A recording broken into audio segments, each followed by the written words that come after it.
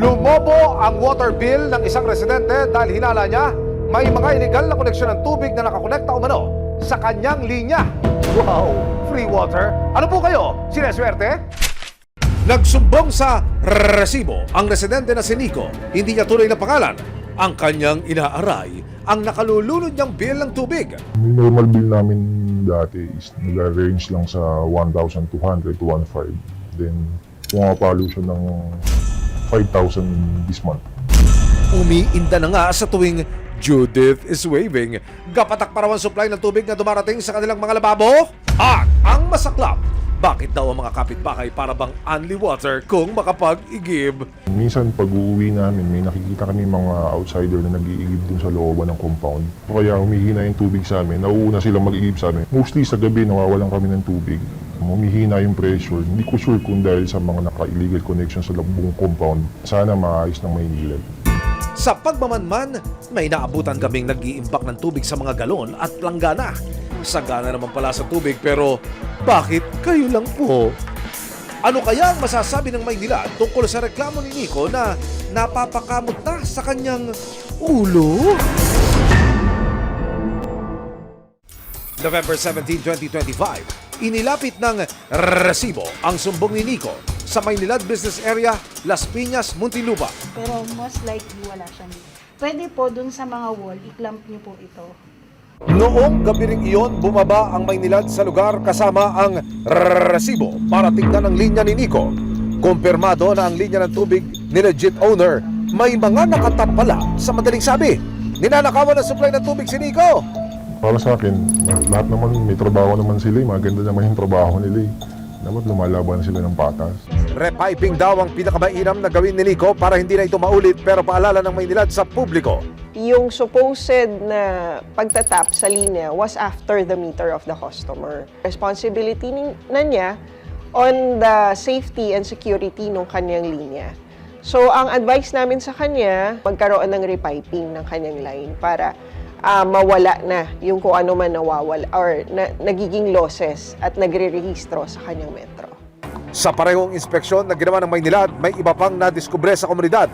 Hinihinalang hindi lang isa, dalawa, kundi mahigit 40 bahay walang sariling metro pero steady ang supply ng tubig mula sa Maynilad. Hala kayo mga ma'am sir!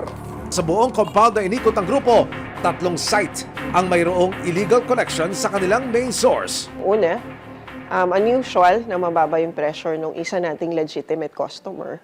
Pangalawa, sa pag-iikot natin, may nakita yung team na parang may mga gumapang sa ilalim ng pavement. That is already suspect for us. 2 araw matapos ikutan ang lugar kasama ang resibo, inaksyon na ng Maynilad ang mga kahilahilalang linya ng tubig sa komunidad.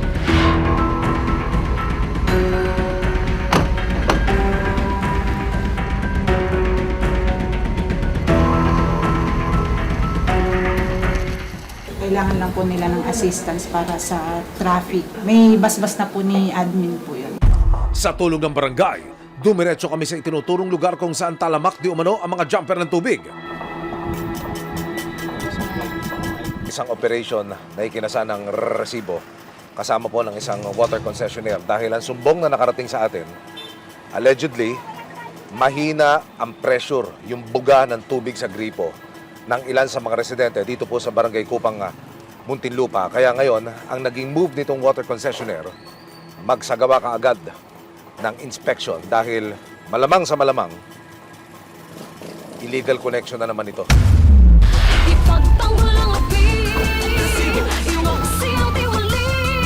Yung final markings po natin, hinala po kasi namin sir, meron po siyang bypass connection or illegal connection dahil meron po kasi sign ng excavation before. Oho.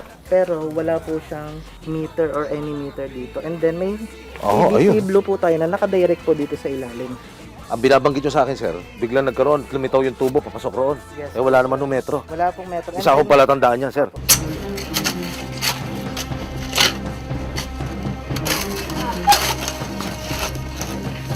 Ang binabanggit po sa atin, yung kulay asul na tubo ng tubig na yon, malamang dito ho nakakonekta sa gawin na ito kung saan naman nakalatag yung main pipe Ang problema ho, ang binabanggit sa atin ng Maynilad, walang metro. Paano napunta yan doon, papasok? Kung lehitimo po itong consumer o customer na ito, dapat ho, may metro. So ito ho, isa sa mga palatandaan binabanggit sa atin, na malamang sa malamang, gaya ng binabanggit ko po sa inyo kanina, illegal connection ito. Kaya ho, yung ilan sa mga narito yung nagre-reklamo, mahina ang buga ng tubig sa kanilang gripo.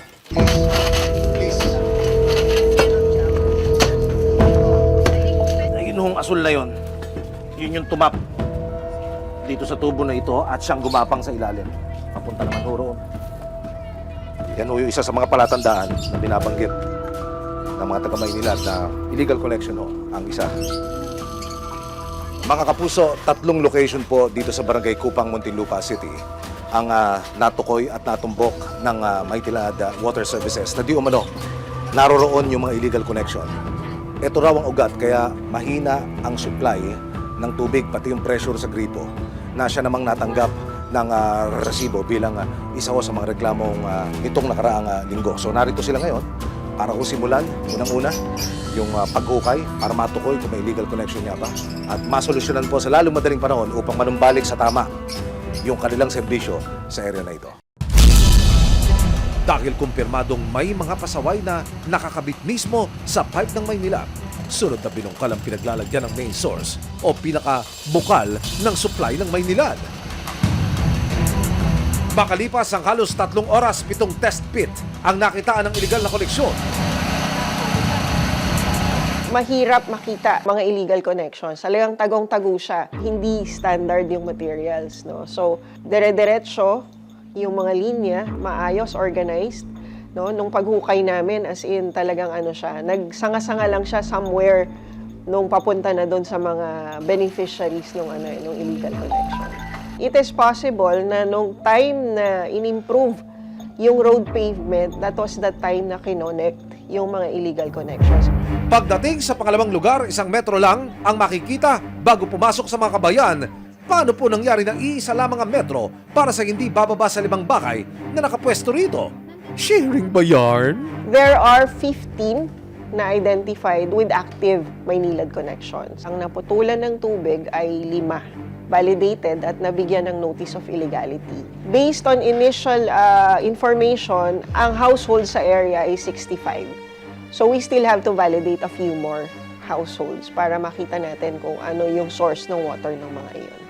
Nang makausap ng resibo, ang mga nakatira sa mga bahay na nakitaan ng illegal na koneksyon ng tubig, wala na silang naisagot kung bakit nila ito ginagawa. Kasi yung tatay namin nung nabubuhay pa, nung naglagayan ng mga Maynila dito, hindi siya nagpakabit. Ayaw niya kasi meron kaming deep well.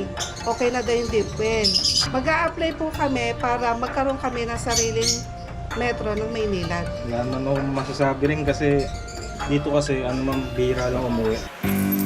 Ang Maynilad, ikinagulat na hindi lang 1, 2 o 10 ang mga bahay na walang sariling metro pero sagana sa tubig, kundi mahigit 4 na po. Wow! Binalikan ng resibo ang nasabing lugar. Wala na ang mga magkakasalubong na koneksyon ng mga tubig at sinementohan na rin ang mga binungkal na daanan.